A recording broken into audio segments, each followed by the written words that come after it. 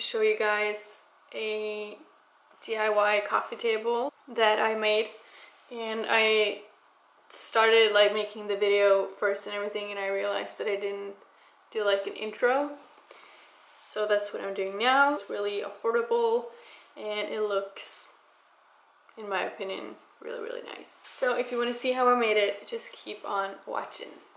Okay, so a little overview of what you're going to need.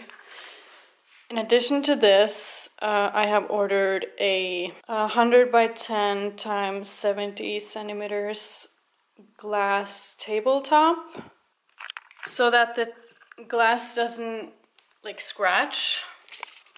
I got these.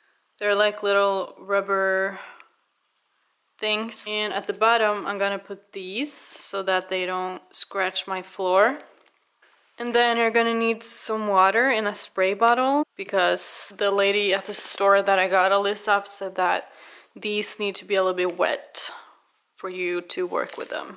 Then you're gonna need a bucket and something to like spread this out with. In Norwegian it's called dekorpuss, and the finish is gonna be white. So you need to blend this with water in here, and then I'm gonna coat my blocks with that stuff. And hopefully I'm gonna try and make like texture on the side so that it looks like a rock instead of a square block.